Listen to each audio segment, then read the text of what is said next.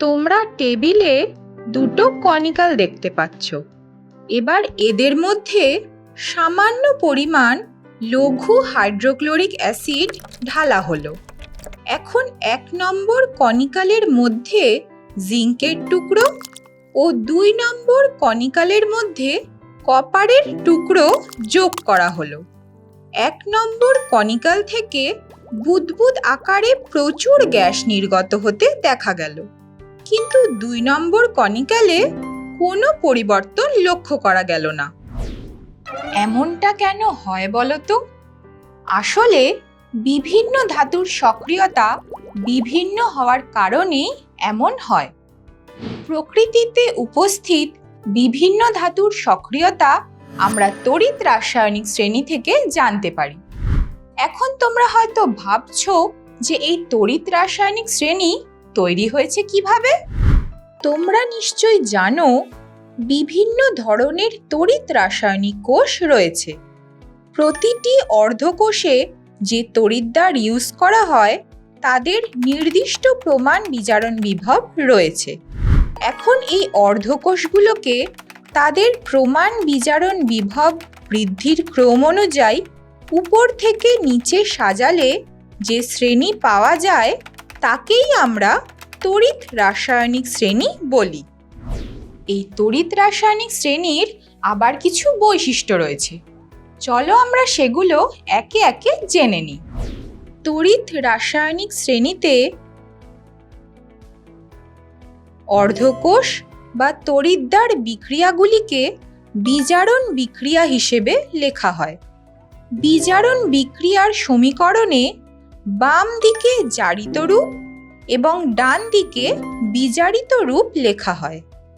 এই তড়িৎ রাসায়নিক শ্রেণীতে হাইড্রোজেনের প্রমাণ তড়িৎদ্বার বিভব 0 ধরা হয়। এই শ্রেণীতে হাইড্রোজেনের উপরে অবস্থিত তড়িৎদ্বারগুলির প্রমাণ বিজারণ বিভব নেগেটিভ হয় এবং নিচে অবস্থিত তড়িৎদ্বারগুলির প্রমাণ বিজারণ বিভব পজিটিভ হয়।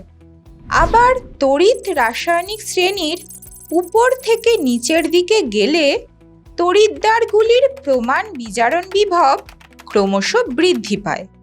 এছাড়াও তড়িৎ রাসায়নিক শ্রেণীর সবচেয়ে উপরে Li+Li অর্ধকোষটি থাকে, তাই এর E0 ভ্যালু সবচেয়ে কম।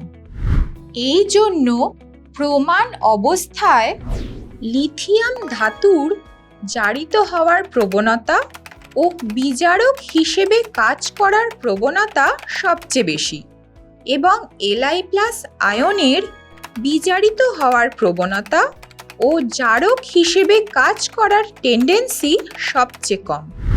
অর্থাৎ কোনো তড়িৎদ্বারের প্রমাণ বিজারণ বিভব যত বেশি হবে, প্রমাণ অবস্থায় ওই তড়িৎদ্বারের সঙ্গে সংশ্লিষ্ট রেডক্স যুগ্মে জারিত রূপের বিজারিত হওয়ার প্রবণতা তত বেশি হবে এবং এটি তত বেশি তীব্র জারক রূপে কাজ করবে। অন্যদিকে বিজারিত রূপটি তত দুর্বল বিজারক হিসেবে কাজ করবে। আবার তড়িৎ রাসায়নিক শ্রেণীর সবচেয়ে নিচে থাকে F2F- তড়িৎদ্বারটি। এর E0 ভ্যালু সবচেয়ে বেশি। এই জন্য প্রমাণ অবস্থায় F2 এর বিজারিত হওয়ার টেন্ডেন্সি ও জারক হিসেবে কাজ করার প্রবণতা সবচেয়ে বেশি হয় এবং F- আয়নের জারিত হওয়ার প্রবণতা ও বিজারক হিসেবে কাজ করার টেন্ডেন্সি সবচেয়ে কম হয়। অর্থাৎ কোনো তড়িৎদ্বারের প্রমাণ বিজারণ বিভব যত কম হবে, প্রমাণ অবস্থায় ওই তড়িৎদ্বারের সঙ্গে সংশ্লিষ্ট রেডক্স যুগ্মে বিজারিত রূপের জারিত হওয়ার টেন্ডেন্সি তত বেশি হবে এবং এটি তত বেশি তীব্র বিজারক হিসেবে কাজ করবে। অন্যদিকে জারিত রূপটি তত বেশি দুর্বল জারক হিসেবে কাজ করবে। এর থেকে বোঝা যাচ্ছে যে হাইড্রোজেন তড়িৎদ্বারের সাপেক্ষে যে সকল তড়িৎদ্বারের E0 ভ্যালু নেগেটিভ সেগুলি অ্যানোড হিসেবে এবং যে সকল তড়িৎদ্বারের E0 ভ্যালু পজিটিভ সেগুলি ক্যাথোড হিসেবে কাজ করে। এতক্ষণ আমরা তড়িৎ রাসায়নিক শ্রেণীর বৈশিষ্ট্যগুলি সম্পর্কে জানলাম। এখন আমরা তড়িৎ রাসায়নিক শ্রেণীর ইউটিলিটি সম্পর্কে জানব। তড়িৎ রাসায়নিক শ্রেণীতে মৌলগুলির অবস্থান থেকে সেই মৌলগুলির রাসায়নিক সক্রিয়তা সম্পর্কে ধারণা পাওয়া যায়। আজকের ক্লাসের শুরুতে আমরা যে এক্সপেরিমেন্টটা দেখেছিলাম সেখানে 1 নম্বর কনিকাল থেকে বুদবুদ আকারে গ্যাস নির্গত হলেও 2 নম্বর কনিকালে কোনো চেঞ্জ লক্ষ্য করা যায়নি। আসলে তড়িৎ রাসায়নিক শ্রেণীতে যে সমস্ত ধাতুগুলি হাইড্রোজেনের উপরে অবস্থিত শুধুমাত্র তারাই লঘু অ্যাসিড দ্রবণের H+ আয়নকে বিজারিত করে হাইড্রোজেন গ্যাস উৎপন্ন করে। জিঙ্ক হাইড্রোজেনের উপরে আছে ও কপার হাইড্রোজেনের নিচে রয়েছে। জিঙ্কের E0 ভ্যালু হল -0.76 ভোল্ট এবং কপারের E0 ভ্যালু হল +0.34 ভোল্ট। তাই জিঙ্ক লঘু অ্যাসিড দ্রবণের H+ আয়নকে বিজারিত করে হাইড্রোজেন গ্যাস উৎপন্ন করে, কিন্তু কপার পারে না। এখন স্ক্রিনে তোমরা যে বিক্রিয়াগুলো দেখতে পাচ্ছ সেখানে সোডিয়াম সাধারণ উষ্ণতায় জলের সঙ্গে বিক্রিয়া করে হাইড্রোজেন গ্যাস উৎপন্ন করে। অন্যদিকে ম্যাগনেসিয়াম ধাতু ফুটন্ত জলের সঙ্গে বিক্রিয়া করে হাইড্রোজেন গ্যাস উৎপন্ন করে। এমনটা কেন হয় বলো তো? তড়িৎ রাসায়নিক শ্রেণীতে হাইড্রোজেনের উপরে অবস্থিত ধাতুগুলির প্রমাণ বিজারণ বিভব যত বেশি নেগেটিভ হয় সেই ধাতুগুলি জলের সঙ্গে তত ভায়োলেন্টলি রিঅ্যাক্ট করে হাইড্রোজেন গ্যাস উৎপন্ন করে। তোমরা তড়িৎ রাসায়নিক শ্রেণীটিকে ভালো করে লক্ষ্য করলে দেখতে পাবে উপরের দিকে থাকা ধাতুগুলির প্রমাণ বিজারণ বিভব কম, তাই এগুলি শক্তিশালী বিজারক হিসেবে কাজ করে। অন্যদিকে এই শ্রেণীর নিচের দিকে থাকা ধাতুগুলির প্রমাণ বিজারণ বিভব বেশি, তাই এদের জারিত হওয়ার প্রবণতা কম। এই কারণে শ্রেণীর উপরের দিকে অবস্থিত কোনো ধাতু নিচের দিকে থাকা ধাতুর লবণের দ্রবণ থেকে ধাতুকে প্রতিস্থাপিত করে। কি ব্যাপারটা ঠিক বোঝা গেল না, তাই তো? চলো তাহলে একটা এক্সাম্পলের সাহায্যে ব্যাপারটা বুঝে নিই। তোমরা টেবিলের উপর একটি বিকার দেখতে পাচ্ছ যার মধ্যে কপার সালফেটের দ্রবণ রয়েছে। এবার এর মধ্যে একটা লোহার টুকরো যোগ করা হলো। কিছুক্ষণ পর দেখা যাবে যে লোহার টুকরোর ওপর লালচে বাদামি বর্ণের আস্তরণ তৈরি হয়েছে ও দ্রবণের বর্ণ হালকা সবুজ রং ধারণ করেছে। আসলে তড়িৎ রাসায়নিক শ্রেণীতে আয়রন কপারের উপরে অবস্থিত, তাই কপার সালফেট দ্রবণে লোহার টুকরো যোগ করলে কপার আয়ন বিজারিত হয়ে কপার হিসেবে অধঃক্ষিপ্ত হয়। এখন যদি তোমাদের প্রশ্ন করা হয় যে প্রমাণ অবস্থায় পটাশিয়াম ক্লোরাইড ও পটাশিয়াম আয়োডাইডের মিশ্র জলীয় দ্রবণে তরল ব্রোমিন যোগ করা হলে কি ঘটবে? এই প্রশ্নের উত্তর দেওয়ার জন্য তোমাদের সংশ্লিষ্ট বিজারণ অর্ধবিক্রিয়া ও তাদের প্রমাণ বিজারণ বিভবের মানগুলি লিখে নিতে হবে। যেহেতু 2 নম্বর সমীকরণের E0 ভ্যালু 3 নম্বর সমীকরণের E0 ভ্যালুর থেকে বেশি, তাই প্রমাণ অবস্থায় half Br2 Br minus redox যুগ্মের জারিত রূপ দ্বারা হাফ I2I মাইনাস রেডক্স যুগ্মের বিজারিত রূপ জারিত হবে। এর ফলে বিক্রিয়ায় ব্রোমিন বিজারিত হয়ে ব্রোমাইড আয়ন এবং আয়োডাইড আয়ন জারিত হয়ে আয়োডিন গ্যাস উৎপন্ন করবে। অন্যদিকে যেহেতু 1 নম্বর সমীকরণের E0 ভ্যালু 2 নম্বর সমীকরণের E0 ভ্যালুর থেকে বেশি, তাই ব্রোমিন দ্বারা ক্লোরাইড আয়নের জারণ পসিবল নয়। তাই বলা যায় যে ব্রোমিনের সঙ্গে পটাশিয়াম ক্লোরাইডের বিক্রিয়া পসিবল নয়। এটি হলো অধাতব মৌল দ্বারা অধাতব মৌলের প্রতিস্থাপনের একটি এক্সাম্পল। তোমরা জানো যে তড়িৎ রাসায়নিক শ্রেণীতে উপরের দিকে থাকা ধাতুগুলির E0 ভ্যালু নেগেটিভ হওয়ায় এরা তীব্র বিজারক দ্রব্য হিসেবে কাজ করে। তাই থার্মিট পদ্ধতিতে অ্যালুমিনিয়াম দ্বারা Fe2O3 বিজারিত হয়ে ধাতব আয়রনে পরিণত হয়। আবার তড়িৎ রাসায়নিক শ্রেণীতে উপরের দিকে থাকা ধাতুগুলি যেমন লিথিয়াম, পটাশিয়াম, ক্যালসিয়াম ইত্যাদির E0 ভ্যালু কম হওয়ায় এদের জারিত হওয়ার টেন্ডেন্সি বেশি হয়।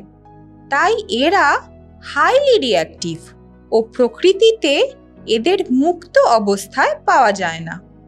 অন্যদিকে তড়িৎ রাসায়নিক শ্রেণীতে নিচের দিকে থাকা ধাতুগুলি যেমন গোল্ড, সিলভার, কপার ইত্যাদির E0 ভ্যালু বেশি হওয়ায় এদের জারিত হওয়ার টেন্ডেন্সি ও রাসায়নিক সক্রিয়তা কম। তাই এদের প্রকৃতিতে মুক্ত অবস্থায় পাওয়া যায়। চলো এই কনসেপ্টটা একটা প্রবলেম সলভ করে ভালোভাবে বুঝে নিই। স্ক্রিনে তোমরা যে প্রবলেমটা দেখছো সেখানে 4টে ধাতুর প্রমাণ বিজারণ বিভবের মান দেওয়া আছে। তোমরা অলরেডি জানো যে যাদের প্রমাণ বিজারণ বিভবের মান কম তারা অনেক বেশি রিঅ্যাক্টিভ হয়। অতএব প্রদত্ত ধাতুগুলির সক্রিয়তা হ্রাসের ক্রমটি তোমরা স্ক্রিনে দেখে নাও। তোমাদের জেনে রাখা দরকার যে বিজারণ পদ্ধতিতে ধাতু নিষ্কাশন তড়িৎ রাসায়নিক শ্রেণীতে অবস্থিত ধাতুগুলির পজিশনের ওপর ডিপেন্ড করে। যেমন ধরো ক্ষার ধাতু ও ক্ষারীয় মৃত্তিকা ধাতুগুলো তড়িৎ রাসায়নিক শ্রেণীতে উপরের দিকে থাকায় এই ধাতুগুলি শক্তিশালী বিজারক, অর্থাৎ এদের জারিত অবস্থায় থাকার প্রবণতা খুব বেশি হয়। তাই অতি উত্তম বিজারক দ্রব্য ইউজ করেও এইসব ধাতুর যৌগকে ধাতুতে বিজারিত করা যায় না। অন্যদিকে জিঙ্ক, আয়রন ইত্যাদি তুলনামূলকভাবে নিম্ন স্থানাধিকারী ধাতুগুলিকে তাদের যৌগ থেকে কার্বন বিজারণ পদ্ধতিতে নিষ্কাশন করা যায়।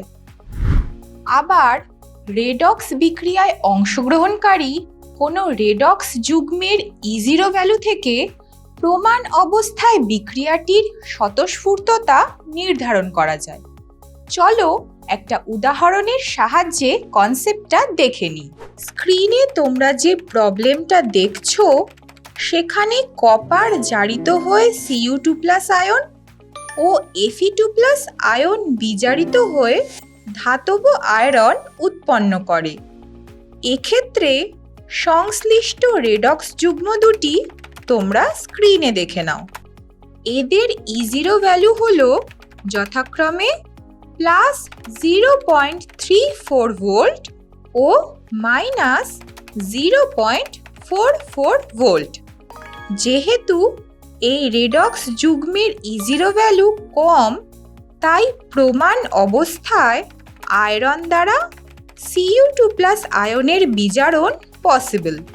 কিন্তু কপার দ্বারা Fe2+ আয়নের বিজারণ পসিবল নয়। তাই প্রমাণ অবস্থায় প্রদত্ত বিক্রিয়াটি স্বতঃস্ফূর্ত হবে না। অর্থাৎ কোনো স্বতঃস্ফূর্ত রেডক্স বিক্রিয়ায় অংশগ্রহণকারী রেডক্স যুগ্মদ্বয়ের মধ্যে যার E0 ভ্যালু কম তার বিজারিত রূপ জারিত হয় ও যার E0 ভ্যালু বেশি সেটির জারিত রূপকে বিজারিত করে। আবার তড়িৎ রাসায়নিক কোষে উপস্থিত তড়িৎদ্বার দুটিকে বহিস্থ পরিবাহীর সাহায্যে যুক্ত করলে ওই পরিবাহীর মধ্যে দিয়ে ক্যাথোড থেকে অ্যানোডের দিকে তড়িৎ প্রবাহিত হয়।